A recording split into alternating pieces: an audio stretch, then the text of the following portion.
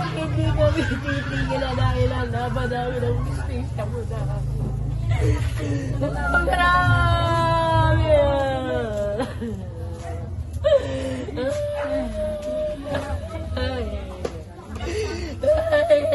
Ipakita mo sa akin yung bababay niya walang na.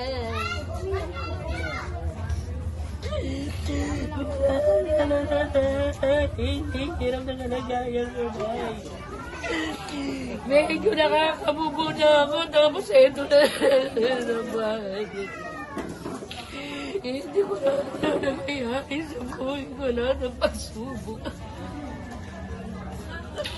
Grabe naman ang ginagawa sa akin. Grabe ang gumawa sa'yo, anak. Talagang bulog na. Napatay ka talaga.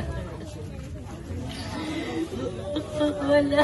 Nilapin niya pa na akin. Nakikita ko lang.